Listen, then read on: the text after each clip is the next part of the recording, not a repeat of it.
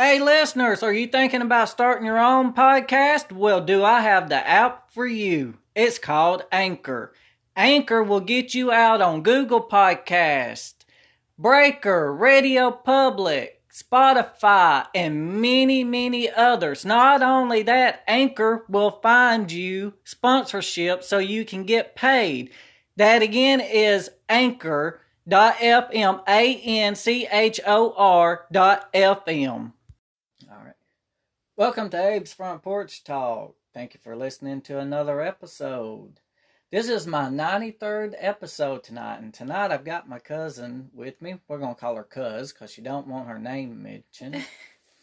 But anyways, just call her Cuz. I'm trying to talk her into when I'm not able to do this to fill in for me. I'm hoping she'll have fun with this and enjoy doing this as my co-host with me. Be nice. But anyways, we're going to talk to you in this episode about werewolves. So, I'm going to pull this up offline. And here we will start speaking. And I'm going to read to you about a werewolf. As soon as it pulls up, it's not... There we go.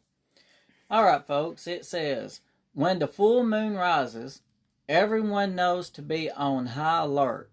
The full moon has long been cause for the strange shifts in human behavior, but is perhaps most associated with the transformation of one exceptional, fearful being, the werewolf. Werewolves have been part of European folklore for centuries, but they caught on in popularity for centuries. Hang on, I think I skipped a sentence. Werewolves have been part of European folklore for centuries, but they caught on in popularity when citizens were put on trial for wolf charming and... How do you say that? Lycanthropy? I can't ever say it right. Okay, what she said. What Cuz here said. In the later end of the Middle Ages. What is a werewolf? A werewolf is a man that has been cursed or charmed into a beast that hunts at night and craves human flesh. You ain't a werewolf, are you, Cuz? I don't think so. We'll find out. Ugh. Folks, be aware. You hear some screams go on. She turned into one and ate me. She did like the skinwalker. She ate my face. The word werewolf literally translates to man-wolf, where meaning man. There are many ways in which this transformation could occur. See, werewolf translate to man-wolf. See, just almost like Adam and Eve's story. Even a were-man still over a were-woman. Ooh. Oh, y'all hear that? Y'all hear that noise she made towards me? About to come out. About to turn into a werewolf. Read that one. Which one? This paragraph. Hey, that's from the... Many legends claim that a man would transform into a werewolf if he was bitten or scratched by another werewolf in its animal form. There are also accounts of children who were cursed to hunt as werewolves if they grow up in abusive homes. Remus Lupin. There are many records of people willingly transforming into werewolves. One of the most common claims for being able to transform into the beast was for a person to remove all of their clothing and wear a belt made of wolf skin. What? That's messed up. Similar stories hold the same as being true for individuals that wore the entire wolf skin. In both of these cases, the werewolf would need to find their clothing again to transform being into a human. They go naked for a little while. But where do they find a place to change their clothes at? If you're a werewolf, where do you find the time, and how do you know you're about to change to where you can go and hide so nobody knows? And then, like when you get changed, like, when you come out of being, like, a werewolf and you come back into being a human, like, how do you know where you are? How do you know you're gonna come back into being, like, close to your clothes, that you stashed away? Because, I mean, I don't... Exactly. It's like a werewolf and a human are, like, completely two different things, right? You're right. Like, it's two different minds, like two different personalities in a person's body, right? Exactly. So how can you be two different? No, you hear about personality disorders, but how do you determine if somebody tells you, "Oh, I'm a werewolf and I transform and I'm about to transform now," and you don't believe them, and then they did? Mm-hmm. What would you do? I don't know. Would you run? Die? I would die. I'd be a little bit too stunned to do anything, I think. She'll be the one eating. Yeah, I know I would. I would be the one to die in a horror story. Like, first thing, I'd be the first one. I know I would. She'd be the first one to go. Man, I think I'd be trying to go, like, get help or something like that, but no, I would be the one that gets, like, dies trying to be a hero, but she's so stupid, you know, she doesn't see it coming. I know that's gonna be me. She knows it's gonna be her. Yep. There are also tales of magic salves. Sorry, I almost said it something else. Folks, I'm kind of up in the clouds right now myself, so ignore me. I'm on a different type of medication, and I'm having to get used to it. So I'm going to redo this sentence. There are also tales of magic salves that could transform a person. Other sources tell of enchanted streams that gave people the ability to transform. Where's these streams at? We need to go get a whole bucket of that stream and transform our family. Right. I told y'all folks, our family's wild. Other transformation rituals include drinking rainwater out of the footprint of a wolf and sleeping with the light of a full moon on one's face during a Wednesday or Friday summer night. Okay, wait, I just got one question. How do you know if it's a wolf footprint? Because there are so many animals that have pads like how wolves do. So how do you know you're drinking it from a wolf's pad? Like a wolf print? Like, you get what I'm talking about? Because of the size, maybe? I have a really big dog, okay, and I'm telling you, her footprint is big. Right. And there are also, like, there's Great Danes, there's German Shepherds, there's the Irish Setters. Like, you've got big dogs, too, that, you know? And then you gotta do what? What did it say about a full moon? You gotta sit underneath, you gotta sleep. Sleep with the light of a full moon on one's face during a Wednesday or Friday summer night. That's really specific. Wait a messed minute. it up. What do you mean sleep on one's face? Wait. Like, have the full Other moon transformation shining down rituals on your face. And it's gotta be on a Wednesday or Friday summer night. Well, the way I just went back and reread it the second time, it says you gotta sleep on one's face. I don't want to sleep on nobody's face. Ugh. See, there's too many faces. A skinwalker eats your face. I did that last night and night before last. Now it's saying you gotta sleep with the moon on your face? Yeah, no. Okay. Possible connections to Christianity. Ooh, now Christians and werewolves. Let's see how this goes. Many areas where Christianity was the dominant religion tell of werewolf transformations through an alliance with the devil. Many historians believe that this was a way to explain the violent and cannibalistic impulses of predatory serial killers in the Middle Ages. Religious culture sometimes explain werewolf transformation as being a divine punishment from God himself. In fact, those who were excommunicated from the Roman Catholic Church were said to be cursed with werewolfism. Now, what do you think on that whole paragraph? I kind of look at it the same as the Salem witch trials. You know, like how they determined if you were a witch. You know, they would say that, you know, they would tie you up, and if you were able to not drown and come to the surface, you were a witch. But if you drowned, didn't matter because you were dead anyways. So it's like, I feel like they were trying to take an easy route out, and instead of actually trying to catch the killer, they were just like, this person's a werewolf. He did it. Let's get him out of town, guys. And then they went over there with their torches and their pitchforks, and it was kind of like, that movie with the ogre. Well, did you know there is a documentary where a team of demonologists, I'm not going to mention their names until I can further find that it's okay to mention their names, but I think we all know who I'm talking about. They're very popular people. I like their movies, and I'm a big fan of them. But they went to England, I believe it was, if I'm right, or in somewhere in the UK, something like that. But this man was actually a real life werewolf, and they had to do an exorcism on him. Mm. And I've actually got that DVD. So, and I watched them where they was talking how he was a real life werewolf. So, what do you the steps you think he had to do to go through this transformation? To be a werewolf? Yeah. Or, I don't know. I mean, like we read earlier, he had to sit in moonlight and drink water from a werewolf paw or something like that. But it also says you can be bitten too by one. He must have.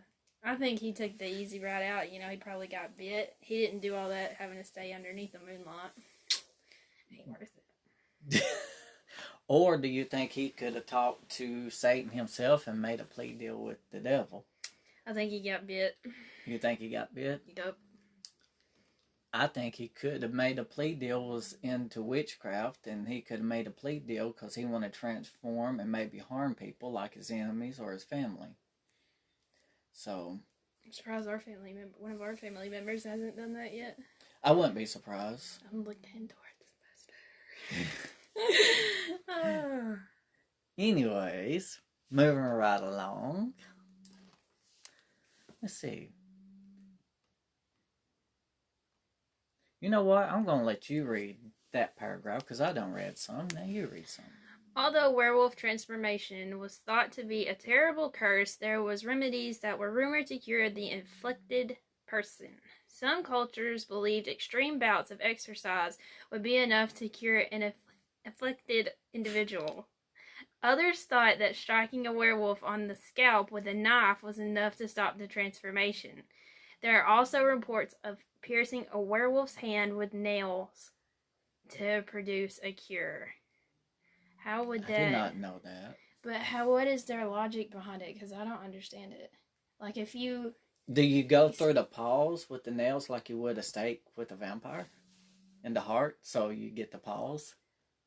I don't know. And with the knife with the scalp?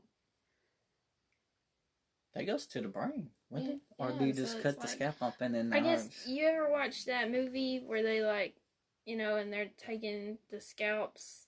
I don't think you've seen that movie because I think I asked you about it once before. But when you how Indians are known to do it, they cut somebody's scalp off. You know what I'm talking about? Ah, no, but I have not seen that movie. You know what movie I'm talking about, though. Yeah, yeah. In Europe, where werewolf lore became most popularized, it was thought that there were 3 ways to cure werewolf transformation: with wolfsbane, a poisonous plant, surgery, or exorcism. Unfortunately, many of the supposed cures that were supported by Europe's early doctors killed the majority of patients. German lore proves to be much less violent. To cure an affected person, one must simply call the werewolf by its Christian name 3 times. That's almost like Bloody Mary. It is, isn't it? Mm-hmm. Do you ever hear the stories about her, though, too, about who they think that she really is? Maybe we'll save that for another episode if you join that one. Because that was going to be one of my other episodes I was going to talk about. Maybe. Okay, characteristics, physical description. With the search for werewolves in the Middle Ages, as paranoia about witches and other such creatures were heightened by the church, people began searching for telltale signs that an individual could be a potential werewolf. That's a tongue twister. One of the most common identifications of a supposed werewolf was an unibrow. I feel like that's a little bit out there. Other signs include curved fingernails, similar to claws, lower than normal ears, and a swinging stride that resembled that of a wolf. I don't have no curved fingernails, so... I don't know. Your hands look at your fingers. They look like they could be curved. They're long. Mine are short. I ain't stand no chance if I'm a wolf. Darn fibromyalgia. If an individual was identified as a potential werewolf, they were often subjected to tests to see if the accusations against them could hold up. One of the most common tests was to cut the skin of an accused to see if fur would be found underneath the wound.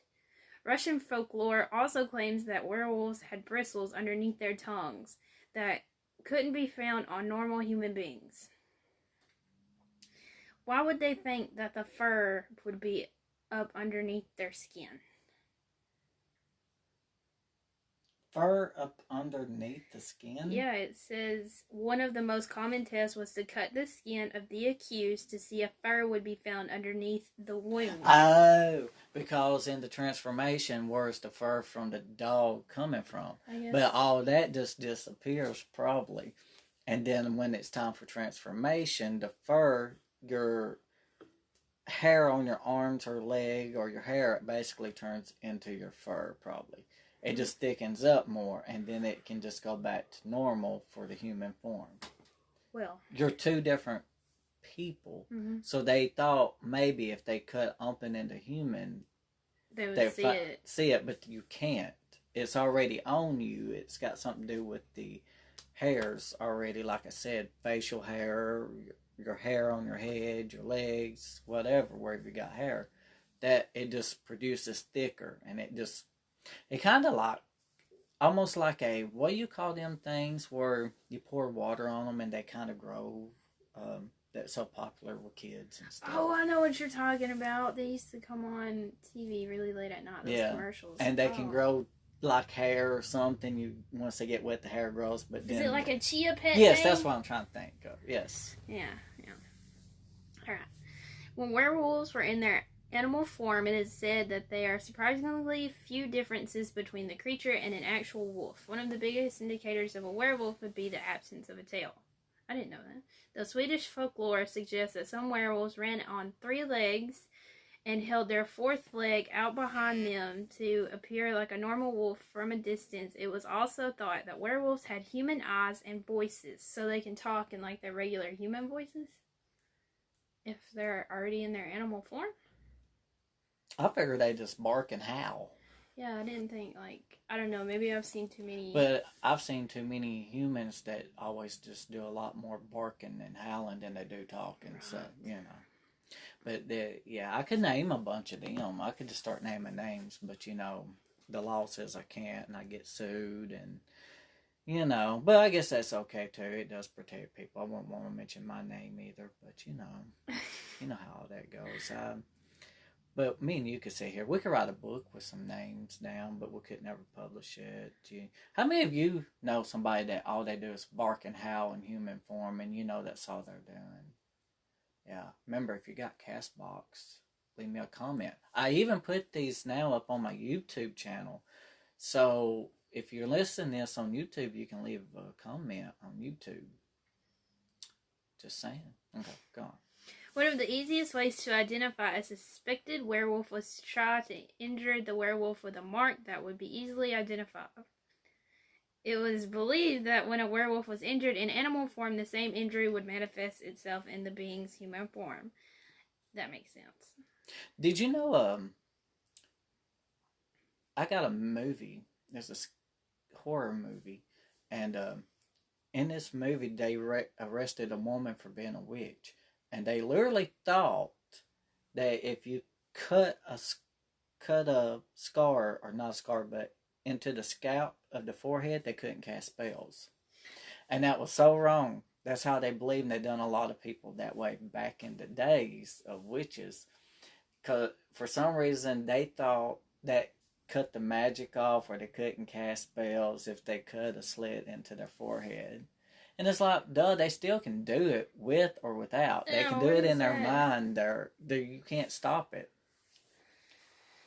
Personality. One of the most common themes of werewolves is their craving for human flesh. At night, these creatures are said to hunt for victims in order to sate their deep hunger. There are many different versions and variations of werewolves, but many of these stories involve the transformation of a sinner into a wolf. There are several sources that specific that a person who was guilty of committing a deadly sin would be cursed to turn into a werewolf by not for 7 years. I thought I had trouble pronouncing words. So See, folks, it sorry. runs in the family. Many of these variations specify. I got laughing. Oh. Specify that werewolves prefer to eat children. Oh. Though there are plenty of tales that suggest werewolves choose their victims indiscriminately. Children. Ever tell you that story? You know, we need to round up all of our family's little kids and just feed them to the werewolves. Because they're going to come corrupted. Or with them, you know. I know, folks are probably going to be like, boy, you don't say nothing good about your family. Well, if they hear them, I don't care. They already know it. I never tell you about that story though. Mom went on vacation, and it was me and Taylor there by ourselves. And we let our dogs out at night. It was like, I ain't gonna lie, it was like 1 o'clock in the morning. And we let them out, right? And we had 2. And we had this big, like, German Shepherd, and we had a lab. And they go running to the side of the house, and they're like screaming, like howling and barking. And me and Taylor are scared to death. So somehow, me, the youngest one, has to go run over there and get them. And I go get them, and I bring them back, right? And I swear, my sister swears to this day that she saw something go running through the woods. And I kind of think it wasn't Bigfoot. I think it was a werewolf. I'm so glad you said that's your sister now. Because I was asking you, well, now can you please tell everybody who Taylor is? You just went off and mentioned the name. My sister. So you thought a werewolf went running through the woods. No, she did. Now, at first I was like, no. I was like, no. I was like, it's Bigfoot. He came back for the peanut butter we put out for him. And then she was like, no, it's a werewolf. So, I guess she might have been right, though. And it was a tall thing standing on hind legs. No, it wasn't. I don't know. I didn't see it. I heard it, though. I heard it go running. And I was like, I ain't supposed to turn around. Like how I said earlier, I'd be the first one to die. So I took off running into the house and left Taylor out there. There has been sightings of Bigfoot in our area. Really? Yeah, you told me about that one. Mm-hmm. Where was that one at again? 5 points. I know where that's at. Here. Well, Do the next one. I think I'm going to end it right here. So, I hope you guys enjoyed my cousin. And we're just going to pronounce her cuz. But yet she went off and mentioned her sister's name. But she don't want her name mentioned. We'll just nickname her cuz. So, from now on, if she ever does this again with me or by herself, she'll just say, I'm cuz. So, we'll nickname her cuz here for this. But thank you for listening to Abe's Front Porch Talk. Hope you enjoyed tonight's podcast.